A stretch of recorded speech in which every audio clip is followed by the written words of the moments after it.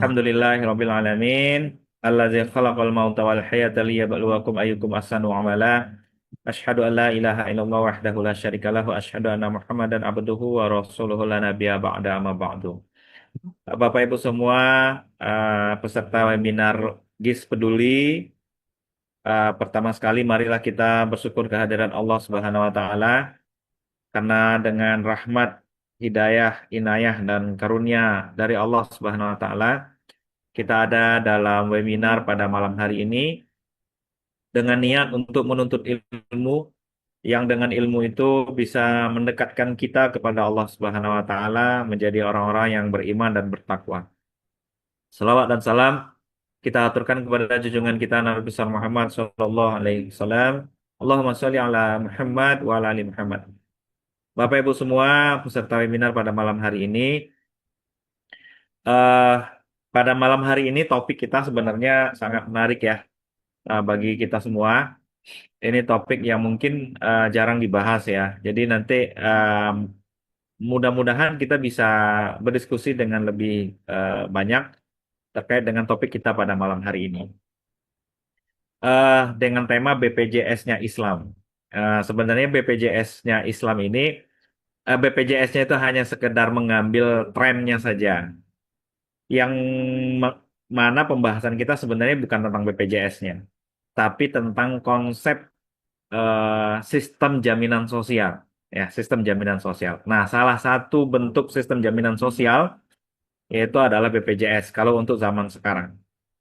Nah, eh, tapi lebih luas daripada itu, sistem jaminan sosial itu sebenarnya tidak hanya BPJS, tapi jadi tidak hanya terkait dengan kesehatan, tapi juga terkait dengan hal-hal yang itu merupakan kebutuhan dasar dalam hidup, seperti eh, makanan gitu ya, seperti pakaian, seperti perumahan, dan juga kesehatan, apalagi pendidikan gitu ya. Nah, eh, pertanyaan kita adalah mungkin dulu kita pernah dengar ya, atau di berita-berita di Singapura itu pengangguran digaji gitu ya. Di negara-negara maju orang melahirkan dikasih uang gitu ya. Kemudian di beberapa negara bahkan menikah itu juga dikasih uang gitu ya oleh negaranya. Nah, konsep-konsep seperti itu sebenarnya sistem jaminan sosial. Jadi negara bertanggung jawab terhadap kebutuhan dasar daripada rakyatnya. Ini yang paling mendasar, Pak. Jadi negara menjamin rakyatnya makan dengan layak, punya tempat tinggal dengan layak, punya tingkat kesehatan dengan layak, punya tingkat pendidikan dengan layak. Nah, BPJS ini sebenarnya hanya mengcover kesehatan, ya. Dan ini bukan tanggung jawab negara, ini iuran sifatnya. Jadi bisa dibilang sebenarnya BPJS bukanlah sebenarnya sistem jaminan sosial yang full 100% dijamin oleh negara. Nah, itu konsep-konsep yang ada sekarang Bapak Ibu semua ya. Negara-negara maju itu menerapkan sistem jaminan sosial yang luar biasa standarnya. Nah, yang menariknya adalah ternyata Islam itu punya konsep jaminan sosial sendiri. Dan bahkan sudah dikenal 1400 tahun yang lalu. Jadi sebelum Singapura menggaji para pengangguran, itu sudah dilakukan oleh Islam 1400 tahun yang lalu. Jadi teman-teman nanti lihat datanya bagaimana Islam menjamin setiap rakyatnya kebutuhan hidup standarnya, konsumsi, ya, pendidikan, kesehatan, eh, pangan, papan, perumahan, dan juga pakaian itu dijamin oleh negara yang dalam waktu itu adalah Rasulullah dan para Khalifah Rasyidin. Jadi Islam punya konsep yang sangat luar biasa tentang sistem jaminan sosial. Jadi, Bapak Ibu, saya perlu menggarisbawahi BPJS-nya itu sebenarnya hanya judul saja, tapi lebih dari itu yang kita bahas tuh sebenarnya sistem jaminan sosial. Lebih hebat sebenarnya daripada BPJS. Kalau BPJS kan hanya urusan kesehatan ya, tapi lebih hebat dari itu. Tidak hanya kesehatan, tapi juga makan, uh, seperti yang kita sampaikan tadi. Izin mungkin share ya Bapak Ibu. Nanti kita diskusi lebih jauh tentang konsep BPJS dalam Islam. Bisa dilihat Bapak Ibu ya, kelihatan ya. Oke, sudah, Pak.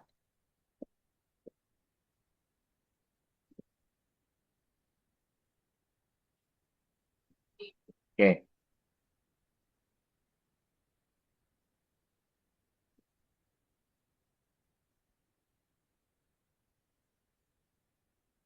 Nah, jadi saya kasih judul begini ya Bapak Ibu ya, BPJS atau dalam kurung jaminan sosial dalam Islam ya. Ini sebenarnya bahasanya lebih luas. Eh, Insya Allah nanti akan diskusi dengan saya sebagai Ketua Dewan Pengawas Syariah GIS Peduli ya di webinar GIS Peduli di 8 Juli 2025. Kita coba diskusi dulu Bapak Ibu, apa itu jaminan sosial ya? Secara definisi sih sebenarnya jaminan sosial itu dalam konteks Islam merupakan sistem perlindungan ini ya. Jadi sistem perlindungan yang bertujuan menjaga martabat dan kemandirian ekonomi setiap individu dan keluarga dalam masyarakat Islam. Jadi sistem perlindungan sebenarnya. Nah, sistem ini menjadi jaring pengaman. Nah, ini yang kita sering sebut ya, jaring pengaman yang mencegah individu itu jatuh di bawah standar kehidupan yang layak. Jadi Bapak Ibu bisa bayangkan negara itu membuat sistem supaya rakyatnya tidak jatuh ke bawah standar hidup layak. Nah, Bapak Ibu bayangkan hebatnya sistem itu. Jadi si rakyat semuanya bisa hidup di atas standar kehidupan yang layak, nggak boleh jatuh ke bawah. Kalau jatuh ke bawah ada jaring pengamannya. Nah, itu namanya sistem jaminan sosial. Nah, apa konsepnya? Ya, jadi salah satu contohnya ada contohnya perlindungan terhadap hari tua, tunjangan pengangguran gitu ya, santunan kalau kita cacat dan tunjangan kematian. Nah, jadi kalau ada yang meninggal, ada yang melahirkan, nah itu juga eh, dijamin oleh negara. Nah, jaminan sosial Islam itu bertujuan menciptakan masyarakat yang saling melindungi. Jadi antar kita melindungi, di mana tidak ada anggota masyarakat yang terabaikan kebutuhannya. Ini menjadi prinsip ukhuwah dalam Islam. Jadi kita sebut dalam Islam itu namanya ukhuwah. Nah, Bapak Ibu semua. Nah, kalau sistem jaminan sosial modern, ternyata itu baru dikenal di abad ke-18. Jadi sistem jaminan sosial modern itu baru dikenal di abad ke-19. Jadi kurang lebih tahun 1883 gitu ya. Terus dia berkembang sampai abad ke-20. Nah, ternyata konsep jaminan sosial yang ada sekarang itu baru berkembang di abad ke-19 atau di 1800-an. Nah, apa perbedaan antara sistem jaminan sosial Islam dengan sistem jaminan sosial Barat, Pak? Yang pertama, udah dipastikan sistem jaminan sosial Islam itu sumbernya Al-Quran dan Sunnah. Kemudian dilandaskan pada prinsip moral dan spiritual, menekankan keadilan distributif, bertujuan menciptakan kesejahteraan dunia akhirat, dan sistem yang komprehensif ya, meliputi material dan spiritual. Sedangkan sistem jaminan sosial Barat ini berasal dari pemikiran manusia, didasarkan pada pertimbangan ekonomi semata, tidak moral juga, fokus pada aspek material, bertujuan pada kesejahteraan duniawi, pemisahan aspek spiritual dari kebijakan sosial. Nah, ini kurang lebih secara umum perbedaan sistem jaminan sosial Islam dengan Barat. Sekarang kita lihat, Pak. Kalau di Barat tadi, sistem jaminan sosial seperti di negara-negara maju ya, pengangguran dikasih gaji, orang yang melahirkan dikasih dibayar gitu ya, orang yang menikah dibayar, sekolah nggak bayar, gratis seperti di Jerman tuh sekolah kuliah gratis gitu ya. Kemudian dan lain-lain dan lain-lain, itu ternyata baru berkembang di abad ke-19. Nah, kita lihat apakah Islam punya konsep itu? Yang pertama yang harus kita lihat adalah dalilnya. Ada nggak dalilnya dalam Al-Quran dan Sunnah? Dalilnya banyak sekali, Pak. Ada dalam surah Az-Zariyat ayat 19. Ini artinya saja saya bacakan. Dan pada harta-harta mereka ada hak untuk orang miskin yang meminta dan orang miskin yang tidak mendapat bagian. Oke. Selanjutnya ada dalam surah Taubah, ini tentang zakat ya. Sebenarnya zakat itu hanyalah untuk orang-orang fakir, miskin, amil ya. Ini adalah asnaf zakat. Jadi ini dalil dari Al-Quran tentang jaminan sosial. Jadi kalau Bapak Ibu tahu, dan kita cermati, sebenarnya zakat itu adalah konsep jaminan sosial dalam Islam. Dan juga ada hadis, ya. Hadis riwayat Bukhari. Tidaklah beriman kepadaku orang yang tidur dalam keadaan kenyang. Ini hadisnya sangat terkenal. Sementara tetangganya kelaparan, sedangkan dia mengetahuinya. Jadi, Bapak Ibu, kalau ada tetangga kita eh, kelaparan gitu ya, sedangkan kita kenyang, tetangga kita kelaparan dan kita tahu dia kelaparan dan kita punya, maka kata Rasul itu bukanlah orang yang beriman. Nah, ini hadis riwayat Bukhari. Ada juga hadis riwayat Muslim.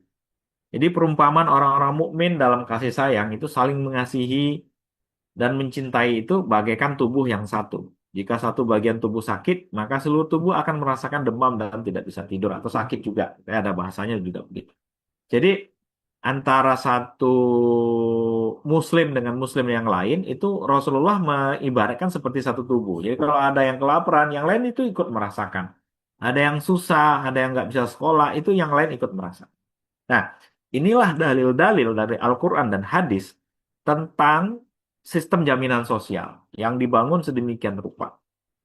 Nah, Bapak Ibu semua, inilah dua sumber utama dalil yang menjadi pentingnya jaminan sosial dalam Islam. Selanjutnya, kita lihat sejarah. Bagaimana jaminan sosial pada masa Rasulullah? Nah, praktek pendirian jaminan sosial pada masa Rasulullah itu eh, dimulai dengan pendirian Baitul Mal. Kemudian yang kedua nanti ada sistem persaudaraan namanya. Jadi dulu waktu Rasulullah hijrah dari Mekah ke Madinah, itu di Madinah orang-orang muhajirin yang berhijrah itu namanya orang-orang muhajirin.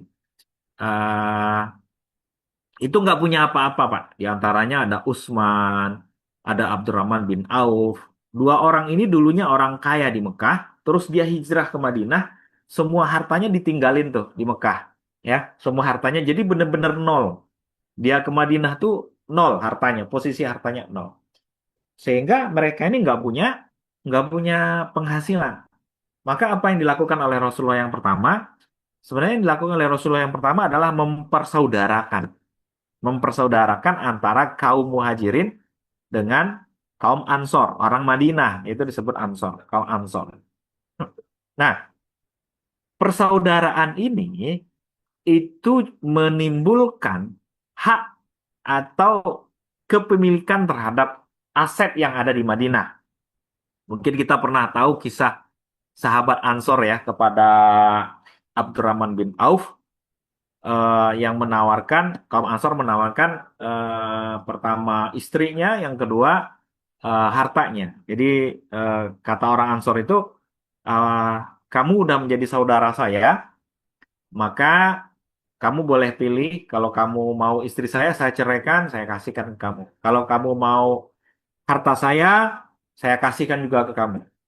Tapi jawaban Abdurrahman bin Auf waktu itu adalah tidak, tunjukkan saja saya pasang.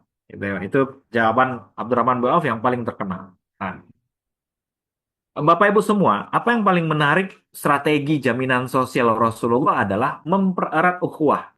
Itu yang didalilkan oleh Al-Quran dan hadis tadi. Bahwasanya kita itu bersaudara. Maka kalau ada yang susah, itu karena kita bersaudara, yang punya itu harus membantu yang pada masa-masa awal mereka hijrah di peradaban Madinah waktu itu. Jadi awal-awal hijrah, maka Rasulullah mempersatukan antara Muhajirin dan Ansor. Akibatnya apa? Si Muhajirin tadi yang dari Mekah pindah ke Madinah yang nggak bawa apa-apa, akhirnya memiliki aset, ya, memiliki aset di Madinah akibat atau karena sudah dipersaudarakan oleh Rasulullah dengan orang-orang Madinah. Ini yang pertama yang dilakukan oleh Rasulullah. Jadi ada juga sahabat yang mengambil bagian sehingga dia bisa punya penghasilan. Kemudian yang kedua, setelah melakukan persaudaraan, Rasulullah mendirikan Baitul Mal. Nah, Rasulullah ini bentuk lembaga pertama yang dimiliki oleh Islam yang disebut dengan namanya Baitul Mal. Jadi institusi keuangan publik ya istilahnya. Yang pertama itu yang mengelola dana zakat, sedekah, ghanimah, ghanimah ini harta rampasan perang, kemudian Rasulullah distribusikan kepada masyarakat Madinah pada waktu itu. Nah, Baitul Mal inilah lembaga pertama ya, sistem jaminan sosial dalam Islam yang didirikan oleh Rasulullah di Madinah, di mana eh, orang-orang susah itu bisa meminta harta ke sini, bahkan bukan meminta, Rasulullah justru membagikan langsung. Dari mana sumber dana ini? Itu dari Baitul Mal, dari zakat, dari infak, dari harta rampasan perang. Ada juga dari jizyah ya, dari pajaknya orang-orang non-Muslim pada waktu itu. Nah, ini sejarah pertama sistem jaminan sosial dalam Islam, Bapak Ibu. Nah, kemudian yang selanjutnya, Rasulullah itu membuat apa yang disebut dengan Piagam Madinah, ya. Piagam Madinah. Piagam Madinah ini dokumen konstitusional pertama ya, yang menetapkan perlindungan sosial dan ekonomi bagi semua warga. Jadi Bapak Ibu semua, Piagam Madinah ini adalah bentuk konstitusi yang paling modern, ya.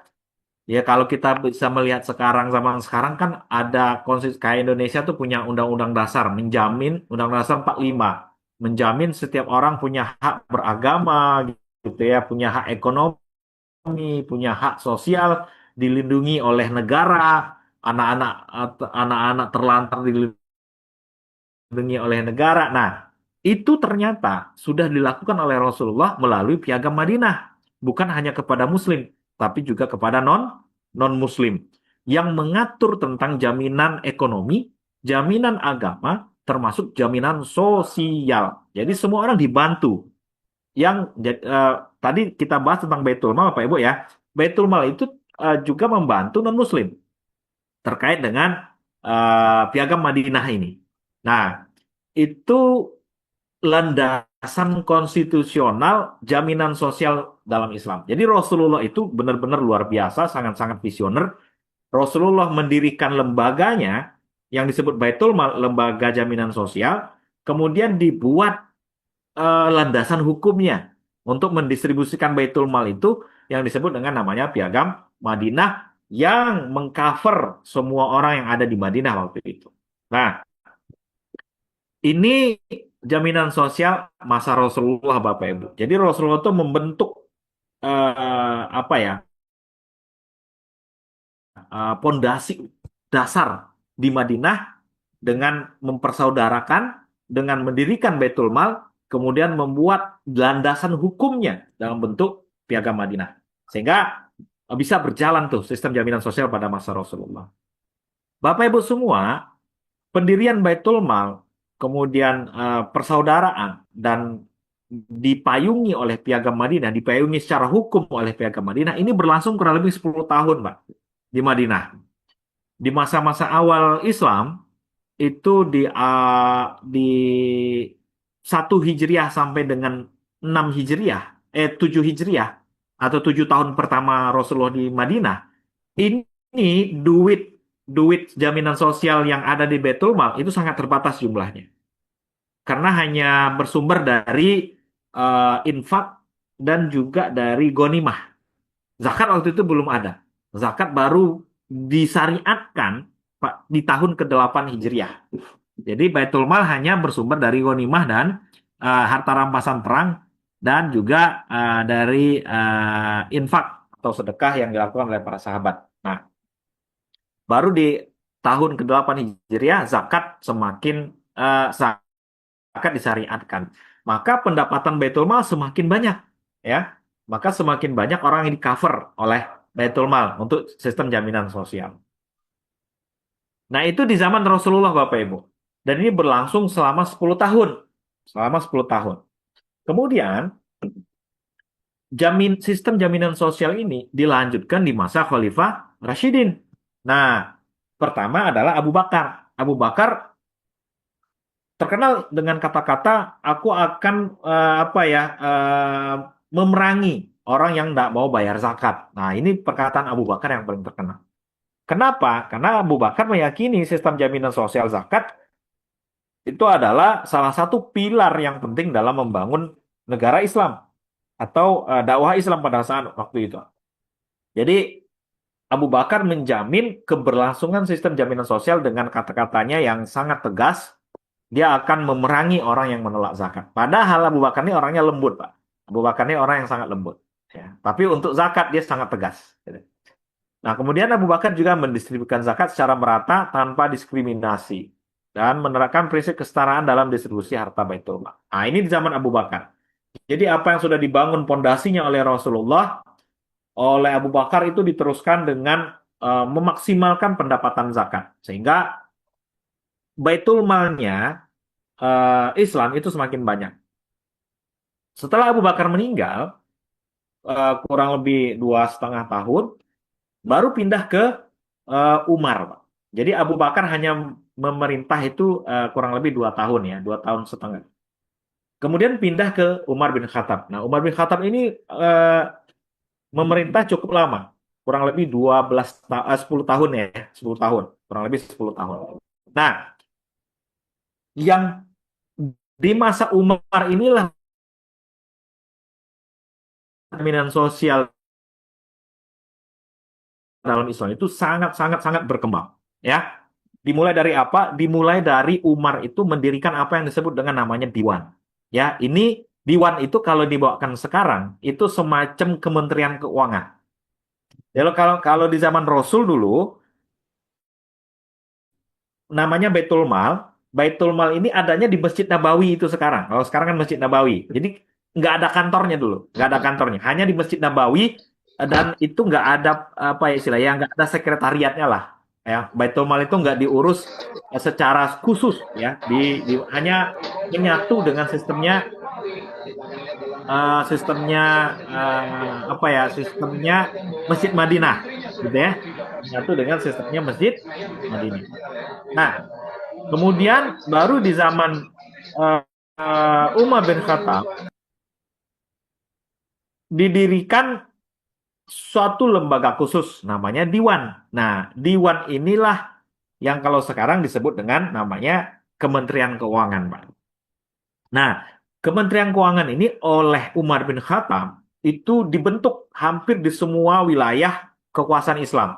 Ada di Mesir Diwannya, ada di Syam, ada di Yaman di bawah, ada di Afrika, sampai kepada Iran ya, sampai kepada Iran, daerah di Iran ya, di Persia yang memang udah ditaklukkan oleh Islam.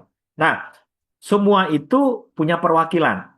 Jadi Bapak Ibu bisa bayangkan Umar bin Khattab itu sudah membentuk Kementerian Keuangan dulu di tahun 600 Masehi.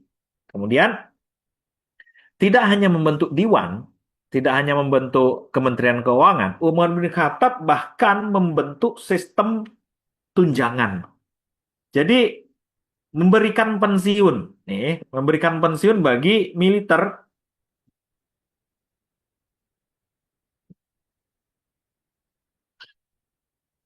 Nah, memberikan sistem pensiun bagi militer, kemudian memperkenalkan tunjangan untuk anak dan bantuan untuk bayi yang baru lahir. Jadi Bapak Ibu bisa bayangkan, di zaman Umar ini, itu anak yang lahir dapat tunjangan, pensiun dapat tunjangan, bahkan nanti setiap orang nggak bekerja, pengangguran pun juga dapat tunjangan, Pak. Ini di zaman Umar bin Khattab. Nanti kita bahas berapa besar tunjangannya, gitu ya. Nah, Umar memberikan semua itu yang bersumber dari Baitul Mal tadi, yang sudah dikelola secara khusus dengan nama Diwan. Ya, tunjangan diberikan kepada bayi yang baru lahir, kepada orang anak-anak, kepada orang yang nggak bekerja pun itu dapat tunjangan. Dan tunjangannya beda-beda, ya, beda-beda. Ada yang dapat banyak, ada yang dapat sedikit. Nah, nanti kita lihat tunjangannya, Pak Ibu. Nah, saking berkembangnya sistem jaminan sosial di zaman Umar itu, ya, maka sepeninggal Umar, maka Utsman melanjutkan.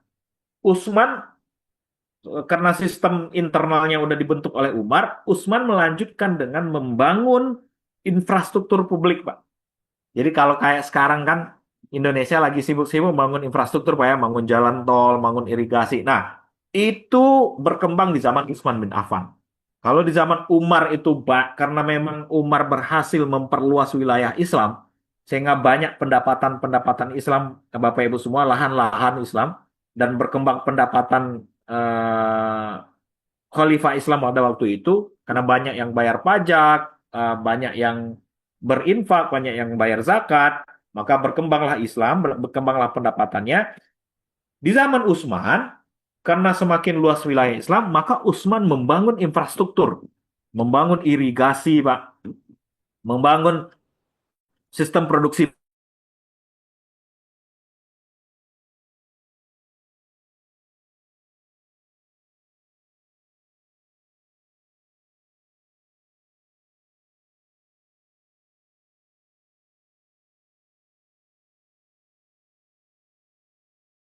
Nah, Ali, dilanjutkan oleh Ali, Ali itu menekankan keadilan. Karena di zaman Utsman pada waktu itu sempat terjadi apa ya,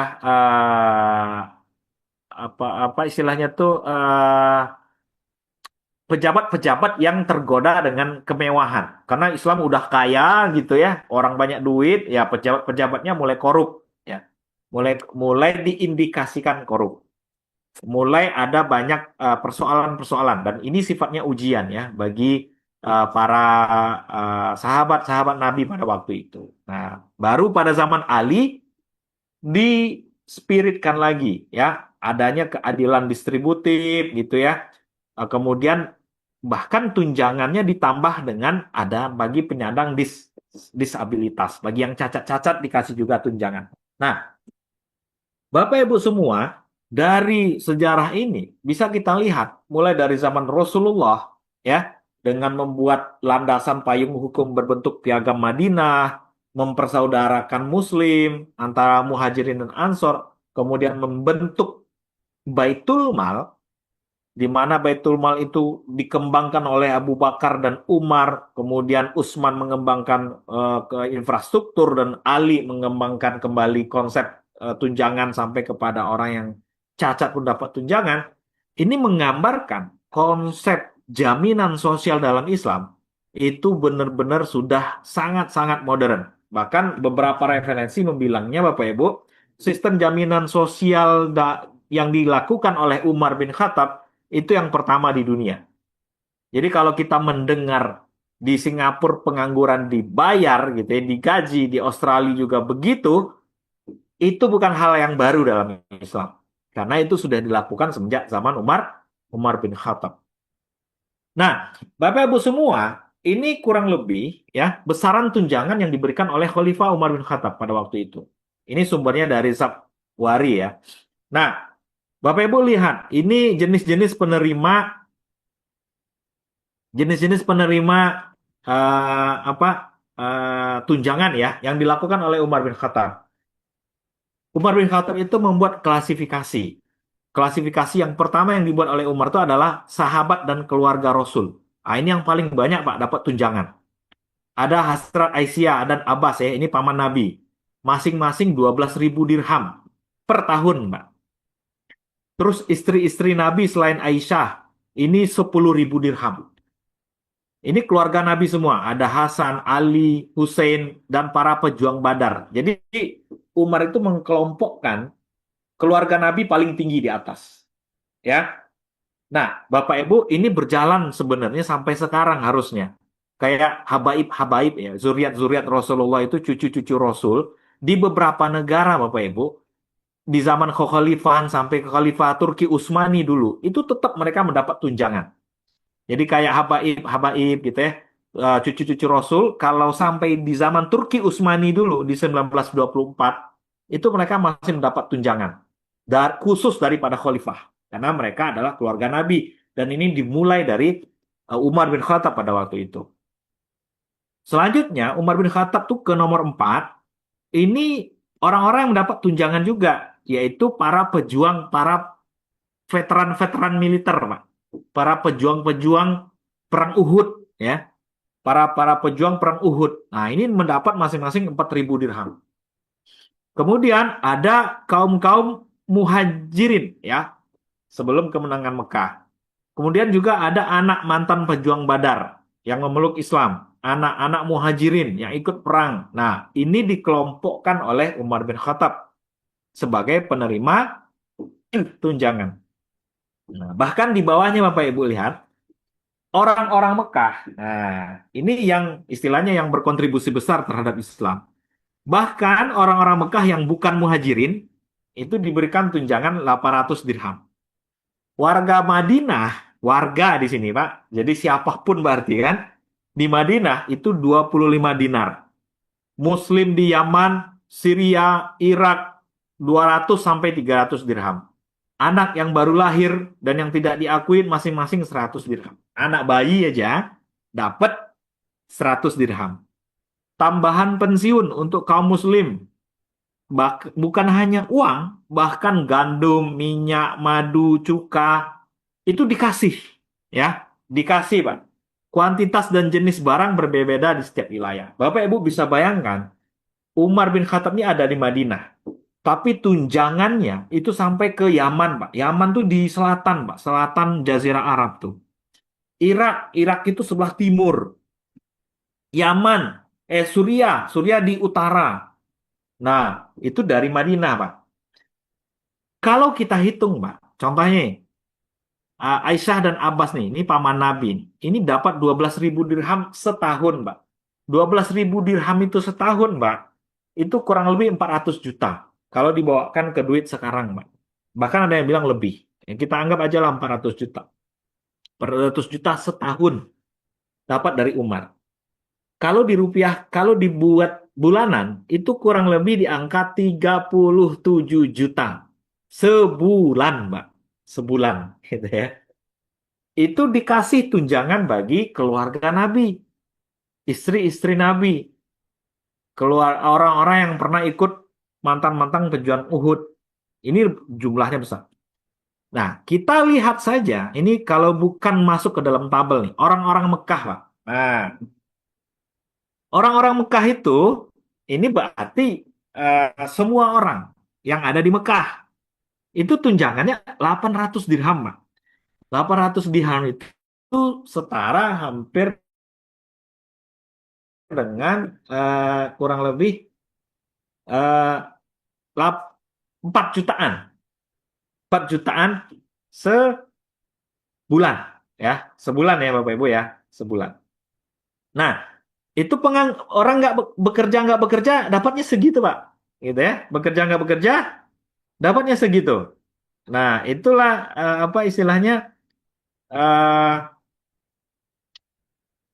tunjangan dalam yang disampaikan yang diberikan oleh Umar bin Khattab terhadap orang-orang yang ada di Mekah. Jadi anak yang baru lahir dapat 100 dirham, ya, 100 dirham. Ini kurang lebih sekitar 800 ribu lah, itu baru lahir, Pak. Nah, ini dapat, kalau Madinah tuh 25 dinar, Pak. Jadi warga Madinah itu lebih banyak lagi tunjangannya. 25 dinar itu kurang lebih sekitar 14 juta sebulan. 14 juta sebulan. Bapak Ibu semua, kayak kita di Indonesia nih, nggak ada kerjaan. Itu kalau di zaman Umar, Pak, kita dapat, anggaplah kita nih di Jakarta tuh anggaplah Madinah, Pak. Jadi orang Jakarta itu rata-rata dapat 12 juta sebulan, Pak. Kerja nggak kerja. Ya, ngopi-ngopi aja kerjaannya dikasih Umar 12 juta sebulan. Itu warga Jakarta. Warga Bandung dapat 800 dirham, dapat 4 juta sebulan, warga Bandung gitu ya. Warga Surabaya dapat 200 dirham. Berarti kalau 804 juta kurang lebih dapat sejuta sebulan. Tanpa kerja, tanpa apapun, Pak. Nah, bayi yang baru lahir juga dapat. Plus nanti makanan, ya gandum. Gandum itu makanan pokoknya orang Arab Pak waktu itu. Jadi kalau kita sekarang tuh dikasih beras juga gitu ya. Kalau di Indonesia berarti beras. Dikasih beras, dikasih minyak, dikasih madu. Madu tuh eh, minuman bergizi di zaman dulu. Kalau sekarang berarti susu Pak. Jadi dikasih susu. Jadi proyek kesejahteraan sistem jaminan sosial dalam Islam Bapak Ibu, dan itu bukan hanya di Madinah, sampai ke Suriah. Suriah itu utaranya Mekah ya, utaranya Mekah. Palestina, Suriah sama Lebanon sekarang. Yaman tuh di bagian selatan, Irak tuh di bagian timur, Pak.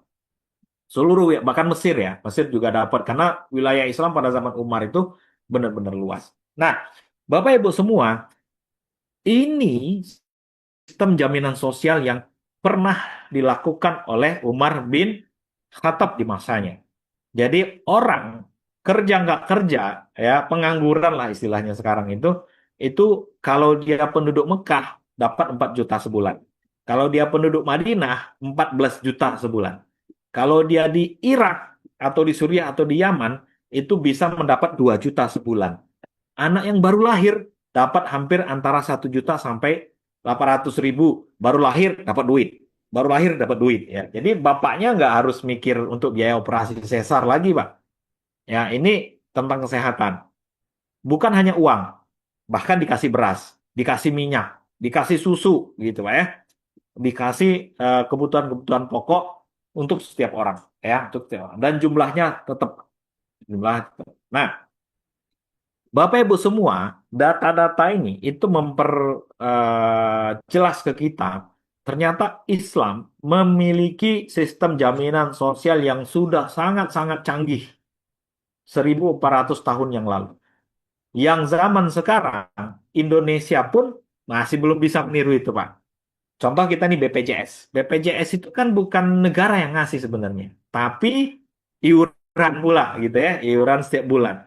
Bahkan agak memprihatinkannya lagi, dikaitkan pula siapa yang nggak bayar BPJS nggak bisa ngurus sertifikat administrasi yang lain ya.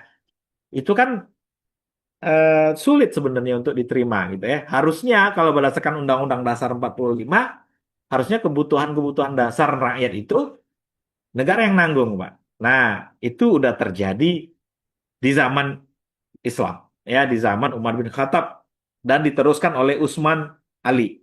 Pondasinya dibuat oleh Rasulullah melalui Baitul Mal. Jadi dana-dana yang dikelola oleh Umar bin Khattab ini, Pak, itu tetap dalam pintu Baitul Mal yang di mana Umar bin Khattab sudah membentuk divisi khusus namanya Al-Diwan tadi atau Kementerian Keuangan yang itu sudah tersebar di setiap wilayah. Mesir, Yaman, di sebelah utara tuh ada Syria, kemudian Irak, itu udah ada diwannya masing-masing memastikan tunjangan-tunjangan untuk wilayahnya masing-masing.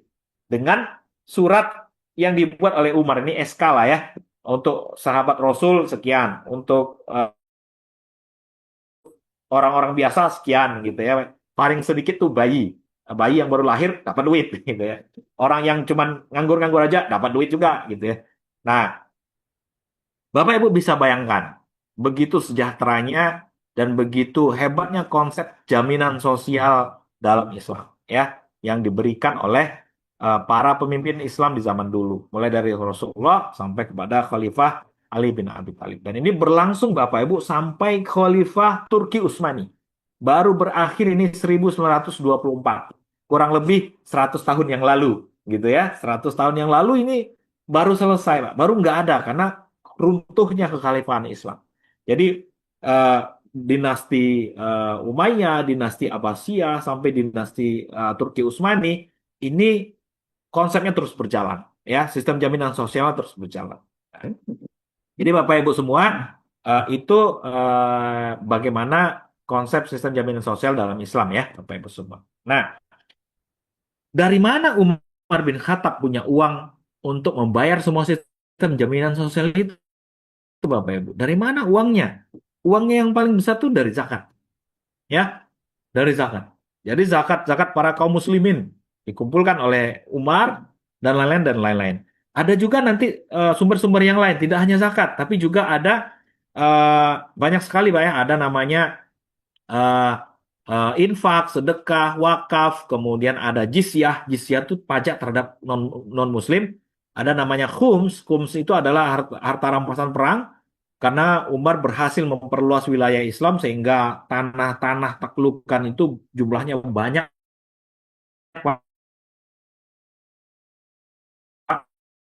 Dia wajib bayar pajak ke Umar waktu itu. Nah, saking luasnya wilayah Islam, duitnya tambah banyak, Pak.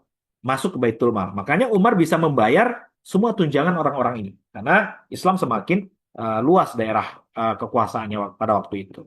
Dan sumbernya salah satunya adalah zakat. Jadi zakat itu sebenarnya instrumen atau alat sistem jaminan sosial dalam Islam. Baik. Nah, ini kenapa sistem jaminan sosial itu prinsipnya seperti apa? Kenapa bisa seperti itu?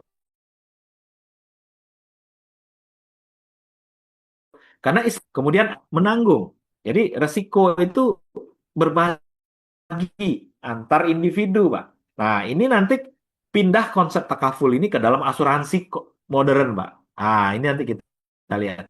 Ada keadilan dan juga ada kebajikan. Nah, konsep takaful inilah yang sekarang disebut dengan asuransi. Jadi ada namanya asuransi pendidikan, ada namanya asuransi kesehatan, gitu ya. Kemudian asuransi kecelakaan, asuransi kematian. Nah, itu konsep jaminan sosial sekarang di zaman modern berubah bentuk menjadi namanya asuransi. Nah, asuransi ini ada yang konvensional, ada yang syariah. Yang syariah disebut dengan istilah asuransi atau prinsipnya disebut dengan takaful. Takaful tadi adalah berbagi resiko. Nah, asuransi konvensional itu menurut ulama Bapak Ibu tidak lepas dari unsur-unsur riba.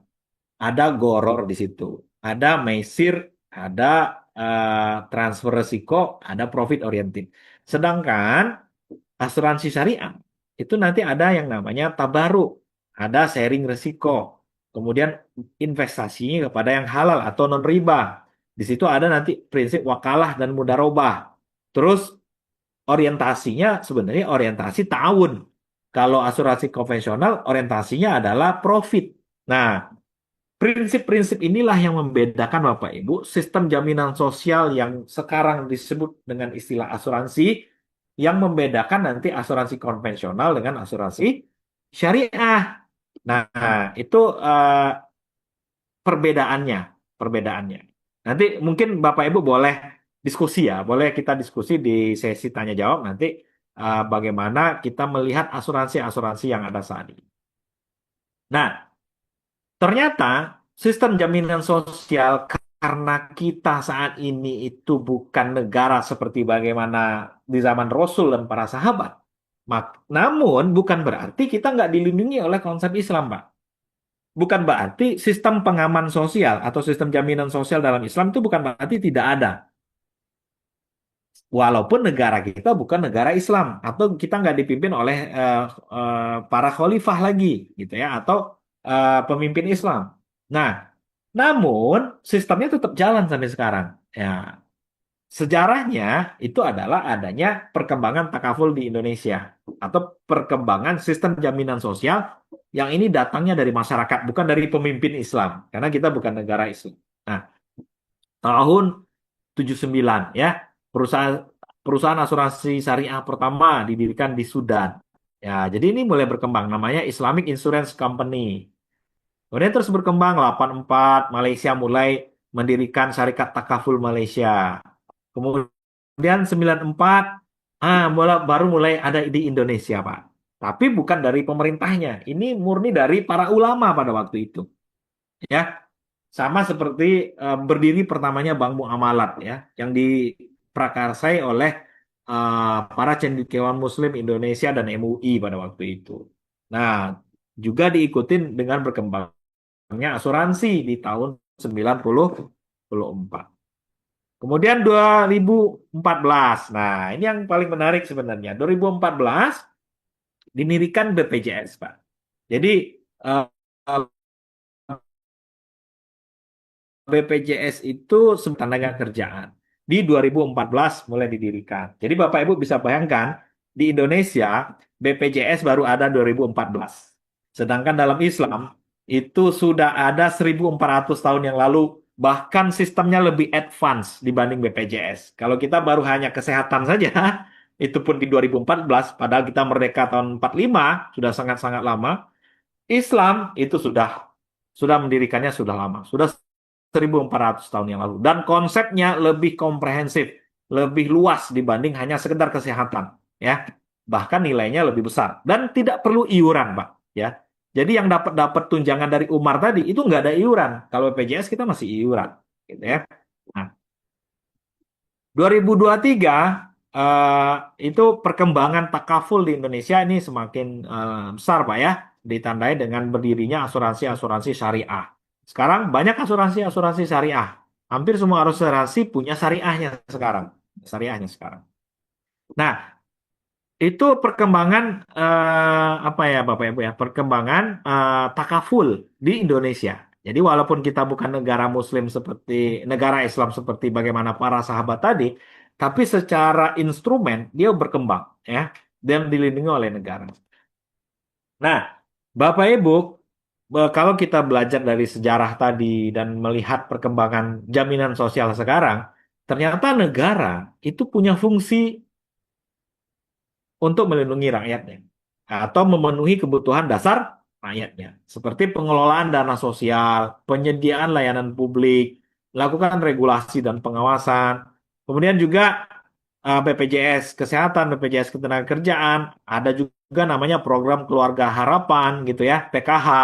Kemudian Kartu Indonesia Sehat, Kartu Indonesia Pinter. Nah, kayak KIS dan KIP. Nah, ini baru sebenarnya namanya sistem jaminan sosial yang ada di Indonesia. Kalau BPJS itu sebenarnya bukan. Itu hanya apa kita masyarakatnya yang iuran. Kalau KIS atau KIP ini benar-benar nggak bayar gitu ya, nggak bayar atau nggak iuran. PKH juga begitu. Nah, konsep-konsep jaminan sosial seperti PKH, KIS, KIP ini baru dikenal di negara kita. Padahal di Islam ini udah dikenal di zaman mulai di zaman Umar bin Khattab. Jadi udah sangat-sangat lama Islam punya konsep seperti itu, bahkan benar-benar free ya. KIS, KIP, PKH ini hanya untuk orang-orang lemah, Pak. Hanya untuk duafa, hanya untuk orang-orang yang tidak mampu. Tapi kalau di zaman Umar, di zaman Islam, itu dia nggak lagi membedakan ini orang miskin, orang duafa, nggak. Semuanya dapat, gitu Pak ya. Semuanya dapat. Persis kayak negara-negara maju. Yang nganggur dikasih uang, yang lahir dikasih uang gitu ya. Yang yang udah pensiun dikasih uang ya. Itu persis di negara-negara maju. Dan itu terjadi di zaman Umar bin Khattab. Jadi kesimpulan kita Bapak Ibu semua, bagaimana sistem jaminan sosial dalam Islam? Ternyata Islam itu punya sistem yang sangat-sangat komprehensif gitu ya, atau sangat-sangat lengkap ya, sumuliyah ya. Udkhulu fisilmi kafah. Jadi benar-benar kafah Pak Islam itu.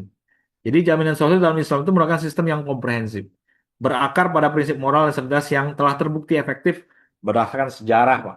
Jadi eh, kalau kita melihat data yang disampaikan oleh Umar tadi, itu benar-benar luar biasa ya. Bahkan penulis artikel yang menyatakan jaminan sosial Islam tadi, itu menulis Umar itu adalah peletak dasar pertama sistem jaminan sosial di dunia. Ya. Kemudian yang kedua, instrumen utamanya itu sebenarnya zakat. Jadi zakat itu benar-benar berperan penting untuk membangun sistem pengaman sosial suatu negara. Dan juga didorong oleh prinsip-prinsip takaful dengan adanya asuransi gitu ya, saling berbagi resiko, saling berbagi termasuk jadi sistem Islam itu benar-benar konsisten, Bu. Seperti bank syariah itu sebenarnya konsep bagi hasilnya, tahun tolong menolong itu. Jadi kalau risikonya tinggi ya sama-sama tinggi, kalau untungnya dikit ya sama-sama dikit gitu ya. Jadi benar-benar konsep Islam itu eh, sebuah hal yang sangat komprehensif. Dan instrumen utamanya itu ada di untuk yang sosial ada di zakat dan takaful, gitu ya. Kemudian relevansinya dengan kehidupan modern sekarang itu udah berjalan, Pak. Kalau yang untuk sosial ada Basnas, ada LAS, Lembaga Amil Zakat ya salah satunya GIS Peduli. Dia menjadi lembaga yang berfungsi untuk pengaman pengaman sosial bagi orang-orang susah, gitu ya. Nah, kemudian juga ada asuransi syariah, ya, mau memproteksi risiko, ya, seperti kecelakaan, seperti kesehatan. Nah, itu ada semuanya dalam Islam. Jadi satu-satunya agama, Bapak Ibu semua, yang punya konsep masih relevan dengan dunia modern mulai dari bisnis syariah sampai ke sosialnya, itu hanya Islam, Pak. Kita nggak pernah lihat ada eh, bank Kristen gitu ya, atau bank Hindu gitu, itu nggak pernah ada, Pak. Nah, ini membuktikan bahwasanya konsep Islam itu relevan dengan perkembangan zaman, Pak. Sesuai dengan janji Allah itu sendiri ya. Al-Quran itu untuk setiap masa, setiap waktu, dan sampai akhir zaman. Dan konsep-konsep itu lahir dan digali dari Al-Quran. Nah, ini Bapak Ibu ya, apa jaminan sosial dalam Islam tidak hanya menjadi tanggung jawab negara, tapi juga tanggung jawab moral kita sebenarnya dengan sadar membayar zakat, sadar berinfak, sadar berwakaf gitu ya. Sebenarnya itu menjadi sistem pengaman sosial untuk saudara-saudara kita yang lain. Dengan kita rajin membayar zakat, infak, sedekah, dan lain-lain dan lain-lain. Itu prinsip ta'awun, saling tolong menolong. Nah, kalau ta'aruf itu saling berbagi resiko tadi. Jadi kalau ada teman kita yang dirawat di rumah sakit, ya kita bantu dengan premi asuransi syariah sebenarnya. Jadi di premi asuransi syariah itu nanti ada komponen tabaruk, komponen tolong menolong. Ini yang membedakan nanti dengan asuransi konvensional. Nah, BPJS itu sebenarnya prinsipnya asuransi, asuransi. Ya.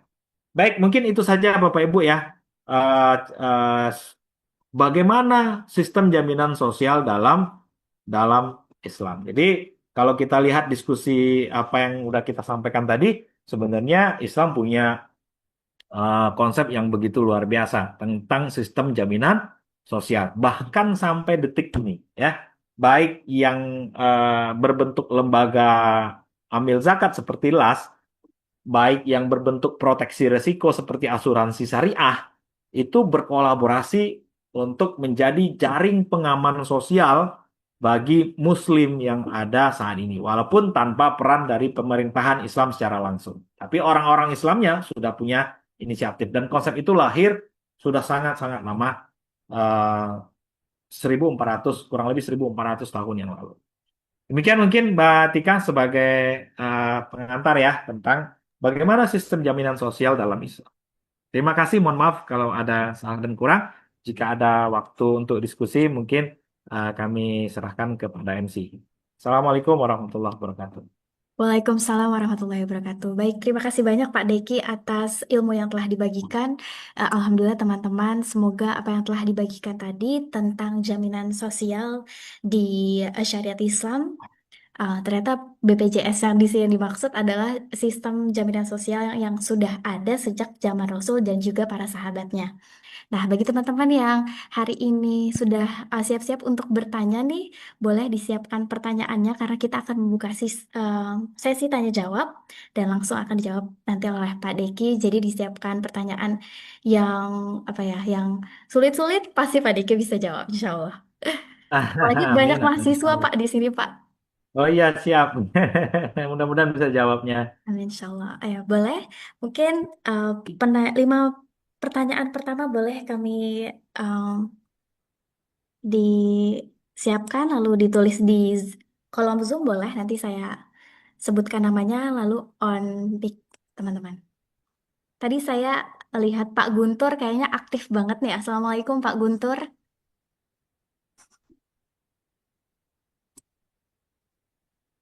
Mana ya Pak Guntur dari tadi aktif beliau. Atau mungkin tadi ada Pak Ade Suhendra. Boleh Pak Ade? Jika ada pertanyaan atau diskusi, kita tunggu ya Pak. Sepertinya lagi pada nyiapin pertanyaan ini. Atau mungkin udah sangat lengkap materinya.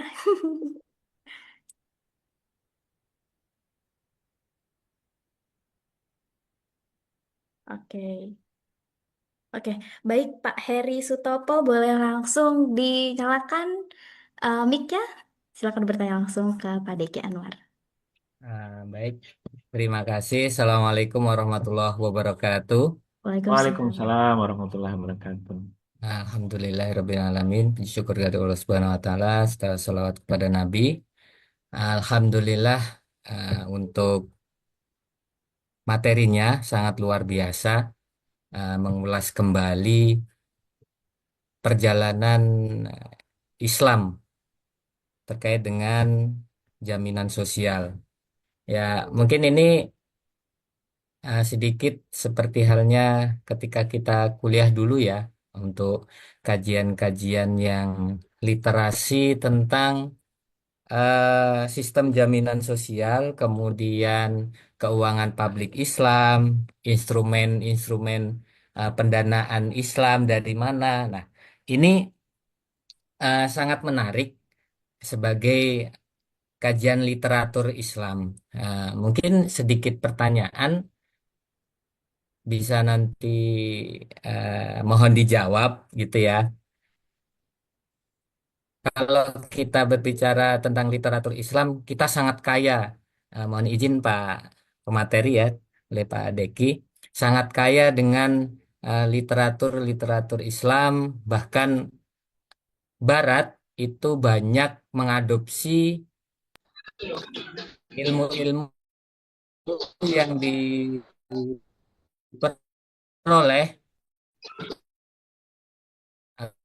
ataupun kemudian diaplikasikan. Nah, berkaca kepada Khulafaur Rasyidin dan khalifah-khalifah setelahnya, bahwasanya kita Islam itu sudah ada masa puncak kejayaannya.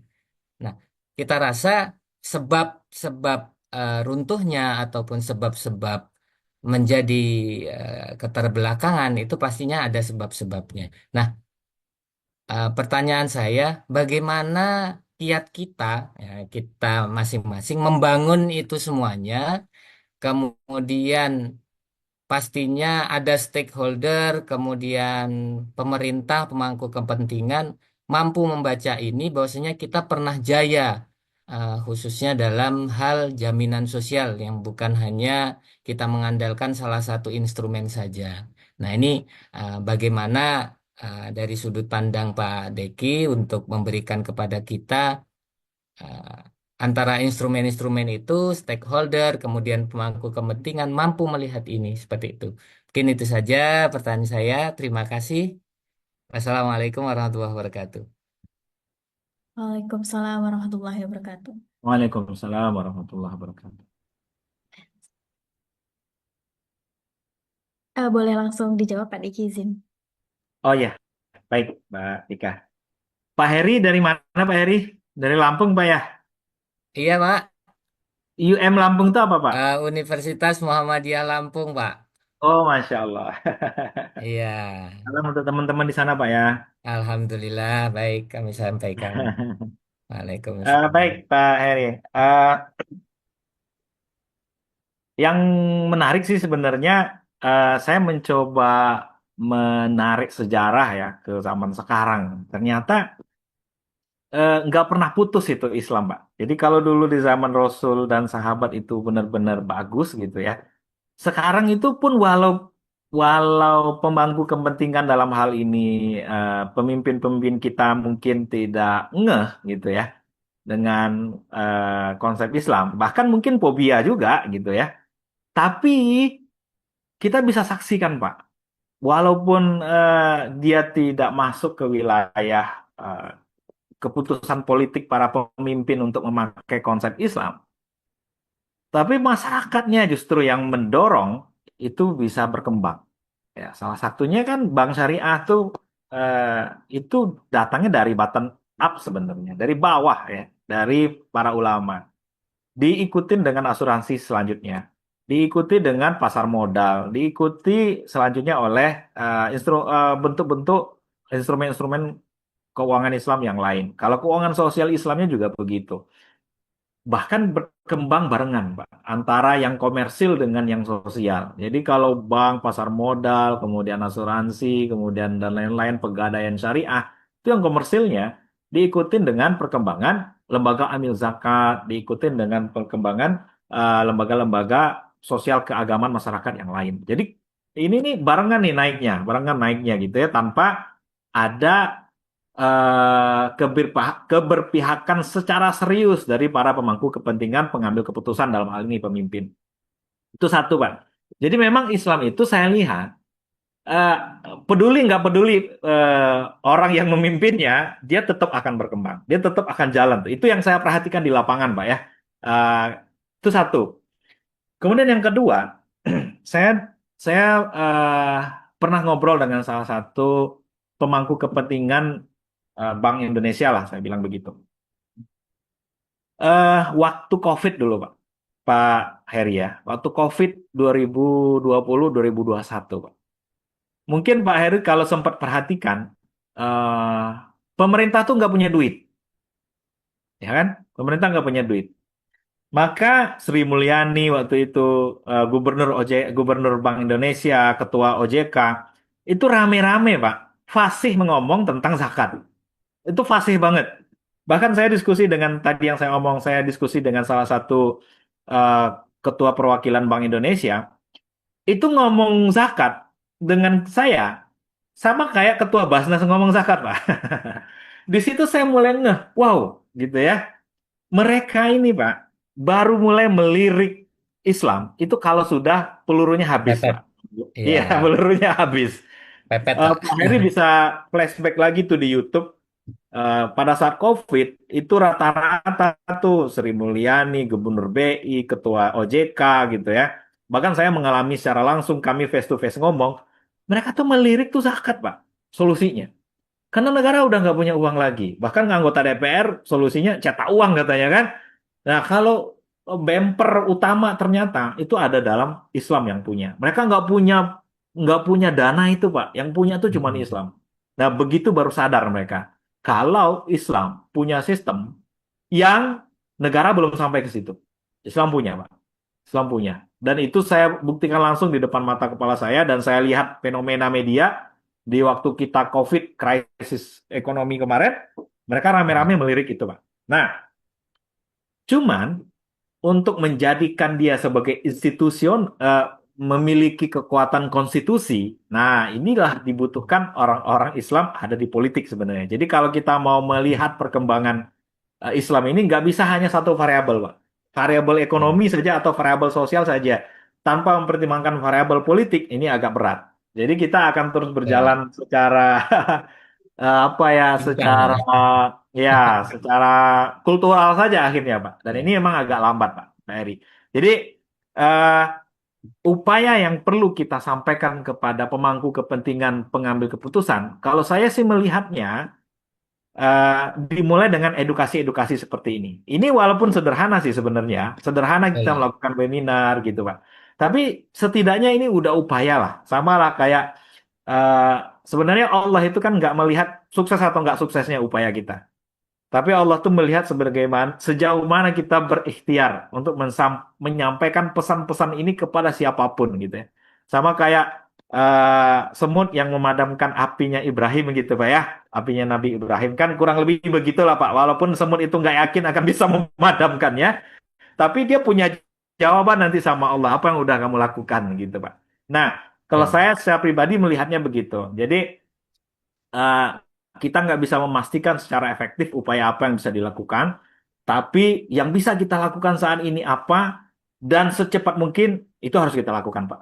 Nah, saya begitu saja prinsipnya. Jadi kalau saya bisa ngisi webinar, saya harus lakukan itu.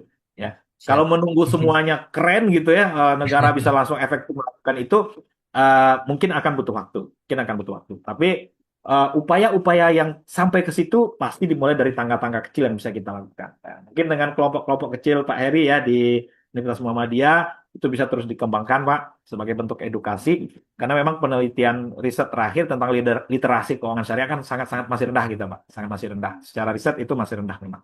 Jadi masih dibutuhkan literasi-literasi seperti itu. Gitu mungkin Pak Heri ya. Ayo. Baik Ya, Pak Deki, terima kasih sama-sama untuk Pak. sarannya. Ya, Pak. Boleh untuk selanjutnya.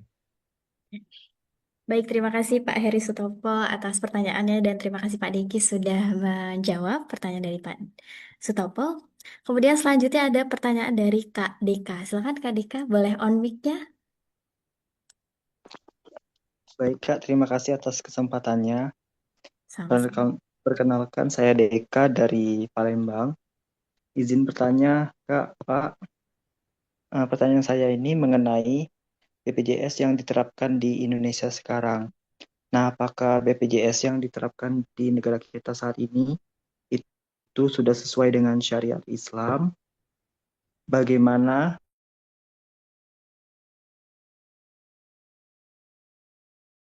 atau sebagai orang yang bekerja di instansi tersebut. Terima kasih. Baik, ini sebenarnya pertanyaan yang pertanyaan apa ini ya? Pertanyaan ultimate-nya ini, Pak. Masternya pertanyaan ini. Dan saya juga menduga nih pertanyaannya udah sampai ke sini pasti gitu ya. Baik, ini Pak Deka. Pak Deka di Palembang gimana, Pak? Di kota Palembang, Pak ya? Di kabupatennya, Pak. Kabupaten apa tuh? Di Kabupaten Muara Enim, Pak. Oh, Muara Enim, Masya Allah. Saya sering ke Muara Enim, Pak. Saya juga dari Palembang, Pak Deka. Ya. Baik, Pak Deka, pertama ini mungkin tentang BPJS, ya, asuransi kesehatan atau sistem jaminan sosial yang sifatnya iuran, Pak. Tadi sudah kita sampaikan, pada prinsipnya asuransi konvensional dengan syariah itu berbeda, berbeda. Dan ulama sebagian besar mengharamkan asuransi konvensional. Makanya ada asuransi syariah, gitu ya. Karena unsur yang paling utama dalam asuransi konvensional itu adalah maisir namanya, yaitu judi, Pak. Judi. Contohnya gini, saya ikut asuransi kesehatan ya selama 1 tahun. Dalam asuransi itu ada namanya premi, itu iuran. Ya, iurannya anggaplah sebulan 10.000, 10.000, 10.000 setiap bulan, Pak. Selama 1 tahun, ya. Jadi kontraknya selama 1 tahun. Kalau saya nggak sakit, contohnya, dalam 1 tahun itu uang saya balik nggak, Pak? Nggak balik. Sama kayak asuransi mobil gitu juga. Asuransi mobil juga begitu, Pak. Jadi kalau kita ikut asuransi yang konvensional, Pak, itu uang kita tuh nggak balik lagi. Kalau kita nggak sakit atau nggak kecelakaan. Tapi kalau kita kecelakaan atau kita sakit, ya baru kita di cover. Nah, nilainya bahkan lebih besar dari iuran kita terkadang. Nah, ini sebenarnya gambling, Pak. Sebenarnya judi. Ya, prinsip asuransi konvensional itu sebenarnya berjudi, Pak. Jadi kita naruh uang dulu, kalau sakit dapat, kalau enggak ya uangnya hilang. Kan gitu. Ya, uangnya hilang tuh di akhir tahun, ya kan? Kalau kontraknya udah habis. Ya udah, begitu aja. Nah, ini berbeda. Jadi itu prinsip prinsip judi sebenarnya dipakai dalam asuransi itu. Nah, ini berbeda dengan asuransi syariah nanti. Kalau syariah, nanti BPJS-nya nanti saya jawab, Pak ya. Kita pahami konsep dasar dulu. Kalau asuransi syariah, dia prinsipnya nggak kayak gitu. Prinsip syariah itu nanti ada dua, Pak, yang dipakai. Satu, dananya yang 10.000 tadi itu, anggaplah 3.000-nya, contohnya premi kita tuh 10.000 tuh setiap bulan. 3.000-nya dipakai untuk tabaruk. Nah, ini khusus untuk dana sosial, Pak. 7.000-nya itu diinvestasikan oleh si, kalau dia link asuransi yang link ya, yang link dengan investasi. Nah, 7.000-nya itu nanti balik lagi ke kita. Ya, 7.000-nya balik lagi ke kita. Kalau ada yang sakit, itu diambil dari dana 3.000 itu, Pak. Yang memang akadnya dari awal premi kita itu untuk dana sosial. Jadi bukan untuk mengcover kita, untuk dana sosial yang dikumpulin. Yang dimana kalau ada yang sakit-sakit diambil dari situ dananya. Nah, 7.000-nya kalau andaikan 1 tahun kita udah nggak sakit atau nggak kecelakaan, 7.000 kali 12 bulan, berarti kurang lebih sekitar 84.000, Pak. Itu balik lagi duitnya ke kita. Jadi nggak ada yang dirugikan, Pak. Nah, terus perusahaan asuransinya dapat untung dari mana? Nah, ini duitnya yang 7.000 tadi, itulah yang diinvestasikan ke dalam instrumen-instrumen surat-surat berharga biasanya. Surat-surat berharga. Nah, keuntungan dari investasi itu yang dipakai oleh perusahaan asuransi syariah untuk keuntungan, untuk operasional, itu biasa dari dana 7.000 yang kita premikan tadi. Nah, 3.000-nya ini kita nggak dapat lagi karena 3.000 ini udah diakatkan untuk dana tabaruk, untuk dana membantu orang lain, semua orang yang ikut asuransi syariah itu. Jadi prinsipnya nggak gambling, Pak. Akadnya jelas. 3.000 di awal untuk tabaruk, untuk sosial, 7.000-nya ini biasanya dilingkan dengan investasi. Ini untuk investasi, supaya bisa dapat untung tuh asuransinya.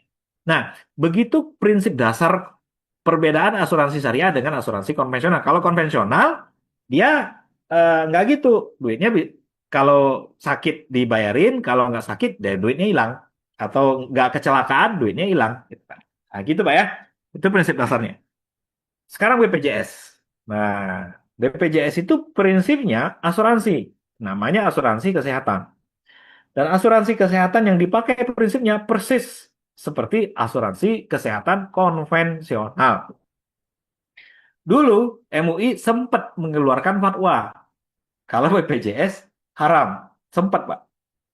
Tapi nggak jadi, gitu ya. Kajiannya dulu sempat pernah ada. Dan saya baca tuh sempat diharamkan. Tapi nggak jadi. Nggak jadi. Fatwanya nggak sempat keluar. Tapi diskusinya sempat seperti itu. Nah, lantas saya berpikir, kenapa MUI nggak berani ya mengeluarkan fatwa haram untuk BPJS, Pak? Sebenarnya secara prinsip itu asuransi konvensional, ya. Lalu saya coba berpikir, Pak, apa dasarnya MUI nggak berani mengeluarkan fatwa haram? Ternyata sedikitnya saya menduga itu ada faktor daruriyah, Pak. Jadi ada faktor daruriyah. Bapaknya gini, ada orang miskin, tetangga-tetangga saya banyak, Pak. Itu kalau nggak pakai BPJS, Pak, game over, Pak. Ya, nggak mampu dia tuh mengoperasi jantung, mengoperasi paru-paru, mengoperasi batu empedu. Ini ada tetangga saya jantungnya bocor, Pak. Itu untung ikut BPJS, Pak, sehingga bisa dioperasi. Kalau operasi mungkin ratusan juta, Pak. Dia kerjaannya cuma jualan apa ya, jualan es jeruk gitu, pakai gerobak. Tapi karena ikut BPJS, dia bisa dioperasi, operasi jantung. Ada juga yang barusan sakit batu empedu, operasi juga untuk pakai BPJS, gitu, Pak ya. Lalu saya berpikir, Pak, kenapa ya MUI nggak mengeluarkan fatwa haram terhadap BPJS? Walaupun secara prinsip mekanisme sebenarnya itu nggak sesuai syariat sebenarnya Pak. Tapi karena ada unsur darurat, ya. Jadi ada unsur darurat yang terkait dengan hidup mati seseorang, Pak. Maka ini kan sudah sering kita kenal.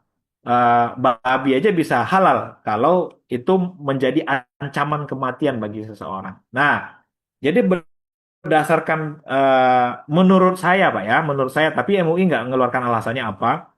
Tapi menurut saya mungkin MUI tidak memfatwakan BPJS itu haram.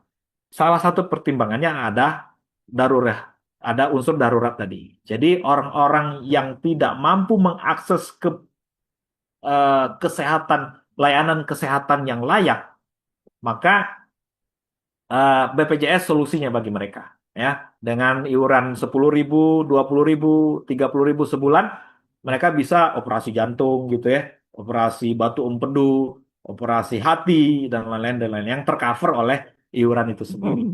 Saya rasa pertimbangannya begitu, Pak. Tapi andaikan Bapak punya kemampuan keuangan yang memadai, gitu ya, saya sarankan untuk memakai asuransi kesehatan yang syariah, ya, asuransi kesehatan yang syariah, karena itu ada, ya, ada dan banyak, ya, seperti asuransi takaful yang syariah, ada asuransi kesehatannya dan lain-lain dan lain-lain. Jadi jika memang kita tidak terkategori, ya, dalam kondisi darurat tadi, maka sebaiknya menggunakan asuransi syariah supaya bisa lebih tentrem, gitu Pak ya, lebih tentrem dan terhindar dari unsur-unsur yang memang tidak dibolehkan oleh Islam. Gitu Pak ya yang bisa saya sampaikan, Pak Deka.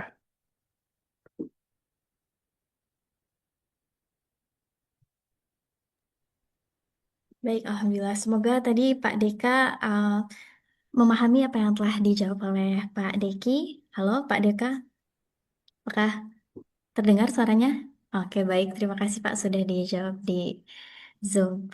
Oke, tadi ada pertanyaan dari Kak Resi. Mana ya tadi Kak Resi? Boleh Kak Resi langsung saja bertanya? Ya, terima kasih Mbak.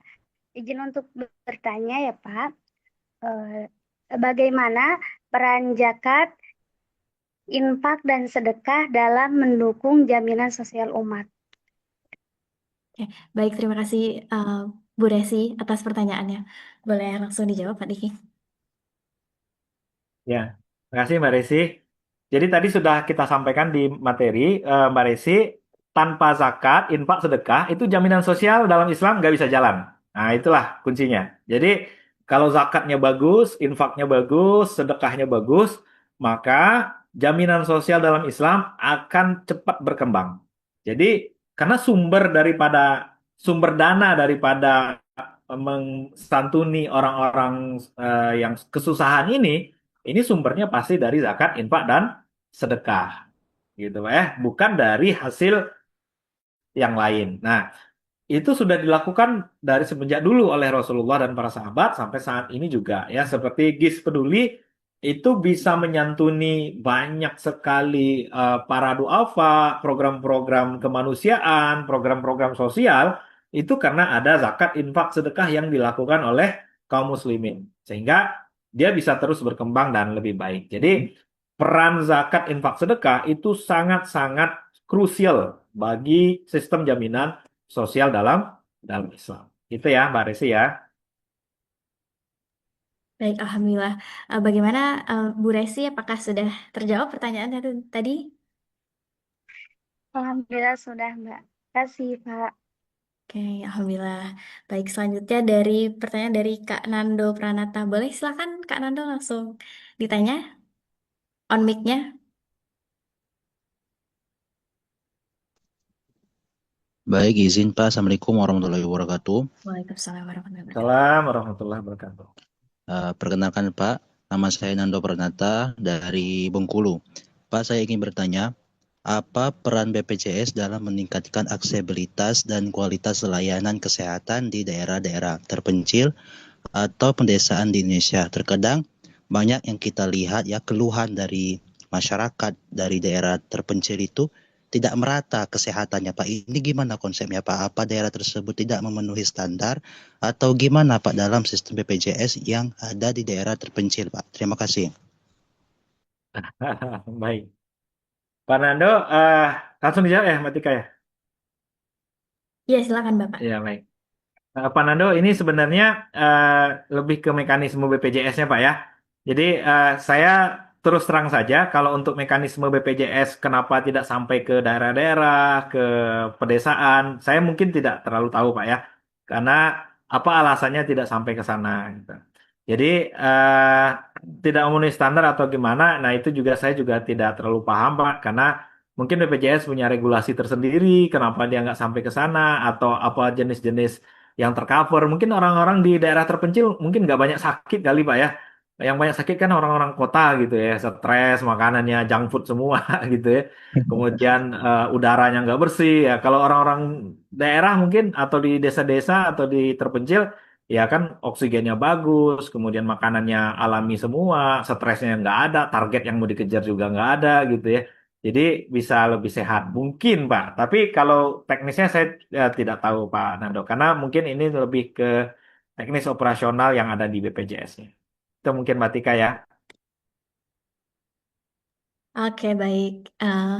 Jadi kalau untuk sistemnya itu ya Pak, itu pemerintah. Ya, betul, betul. Oke, ada lagi pertanyaan. Mungkin Pak Guntur boleh ganti pertanyaan Pak, karena ini pertanyaannya tadi sama dengan yang disampaikan oleh Pak Deka. Kita masih buka sesi tanya jawab. Jadi silakan bertanya. Insya Allah ini waktu yang Maaf, tepat untuk teman-teman bertanya. mau Assalamualaikum warahmatullahi wabarakatuh. Waalaikumsalam warahmatullahi wabarakatuh. Waalaikumsalam warahmatullahi wabarakatuh. Mohon izin mau bertanya untuk BPJS iuran, apakah itu iuran maksud saya itu apakah sudah sesuai dengan syariat agama Islam?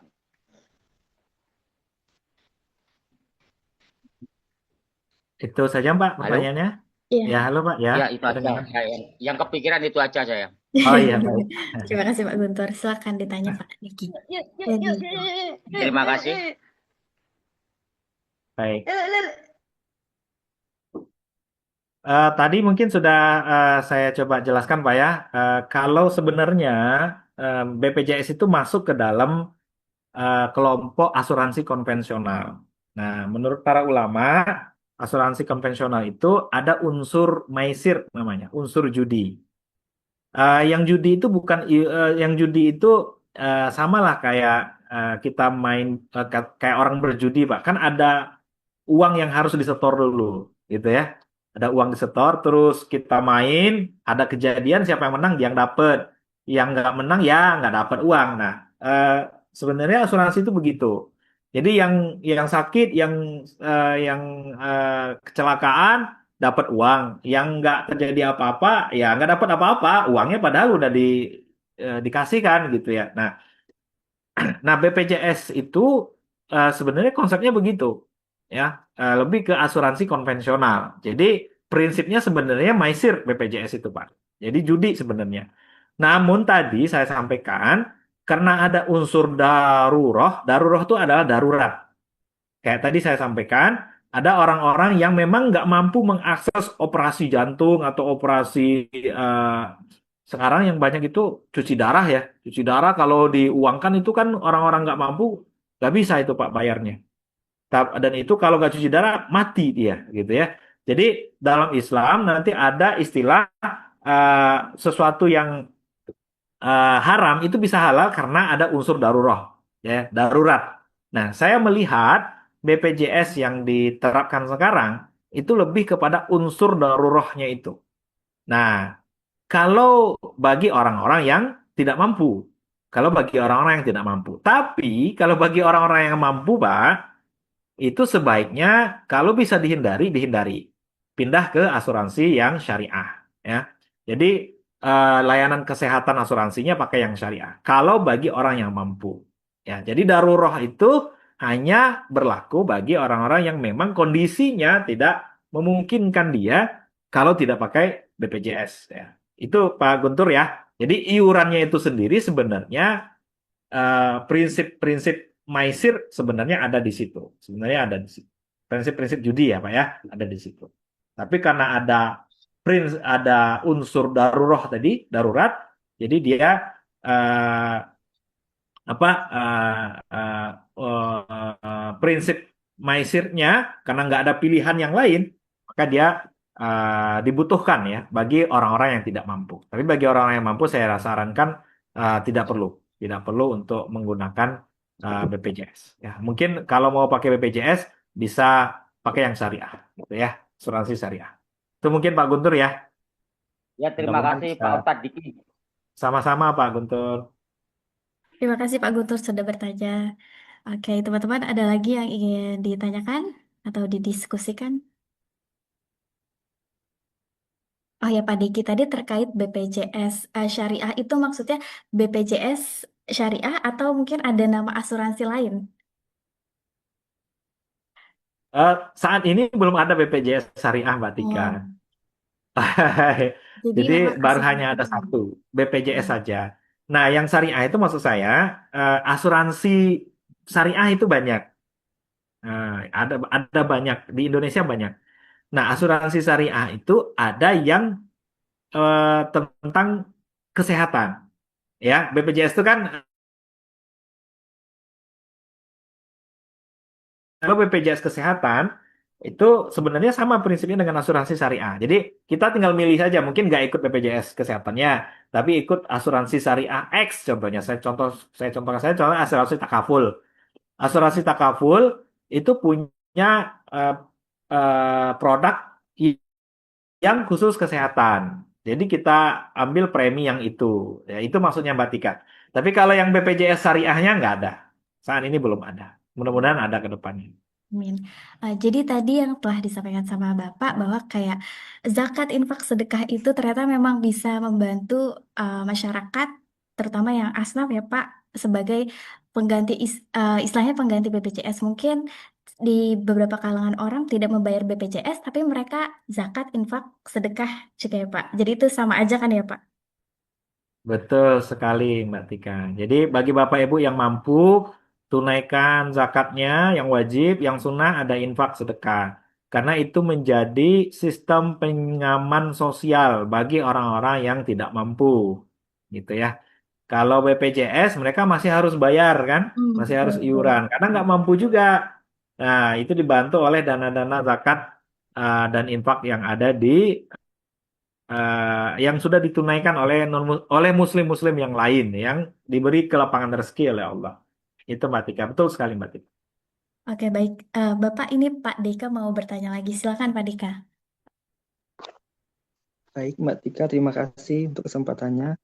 Izin Pak Deki, mungkin tadi pertanyaan saya belum terjawab atau saya kelewatan ya.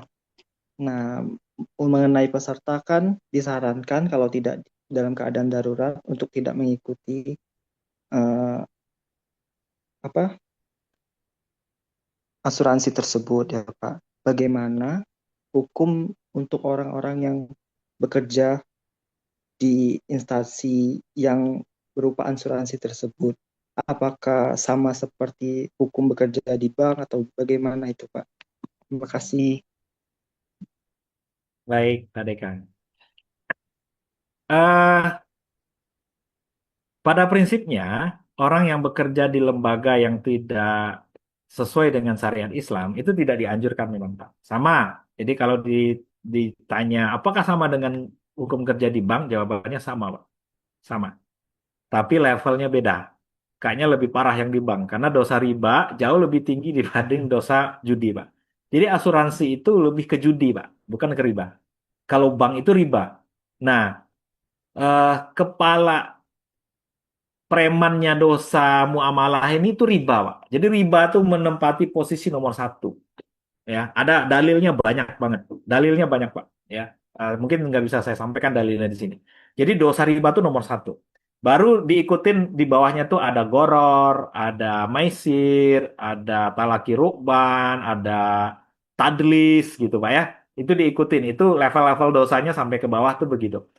Nah, Maisir itu ada di bawah riba statusnya. Jadi kalau ditanya apakah kerja di sana apakah sama dengan bank, sebenarnya sama, tapi dosanya beda. Ya, kalau dianjurkan, nah, cuman para ulama bilangnya begini, Pak. Kalau orang itu punya istri, punya anak, gitu, Pak ya, dan sumber pendapatannya hanya dari situ saja, tidak ada sumber pendapatan yang lain, maka Yusuf Qaradawi bilangnya gini. Boleh tetap bekerja di situ sampai kamu bisa mencari tempat pekerjaan lain yang lebih barokah, yang lebih halal, baru pindah. Coba. Jadi jangan langsung di-cut, terus nanti nggak punya pekerjaan, ya minjem sana, minjem sini. Ini kasusnya banyak, Pak. Kasusnya banyak, ya. Jadi langsung keluar, langsung resign, contohnya gitu ya. Terus minjem utang kemana-mana untuk membiayai kehidupannya setelah itu. Dan yang kesusahan nanti keluarganya. Nah, ada yang banyak begitu, minjem keluarga, minjem sana, minjem sini, minjem sini, minjem sini untuk memenuhi kebutuhan. Nah, Yusuf Qaradawi nggak merekomendasikan begitu, Pak. Yusuf Qaradawi almarhum itu merekomendasikan, diniatkan kita nggak akan resign dari tempat kerja itu, sembari berikhtiar mencari tempat pekerjaan yang baru. Tempat pekerjaan baru, udah dapet, pindah. Nah, jadi itu lebih tepat menurut saya. Ya, sesuai dengan saya juga setuju dengan uh, saya pribadi, tapi Pak ya, kayaknya itu lebih lebih solutif lah, lebih solutif ya yang disampaikan oleh Yusuf Qaradawi tadi. Ya, jadi punya niat untuk pindah dan punya ikhtiar untuk mencari yang baru. Udah dapat baru pindah. Nah, gitu Pak Deka ya. Kalau hukumnya tadi sudah saya sampaikan. Itu sama sama aja sih Pak. Kalau tanyanya gini, apa hukum bekerja eh, di warung yang semua jualan produknya itu eh, apa bir semua gitu Pak ya. Nah, itu sama jawabannya begitu Pak. Sebaiknya jangan. Ya, itu Pak ya. Tapi yang paling parah itu sebenarnya kerja di bank. Itu paling parah Pak. Itu parah, parah banget itu. Gitu Pak Deka ya mungkin jawabannya Pak Deka. Baik, terima kasih Pak Deki. Sama-sama Pak.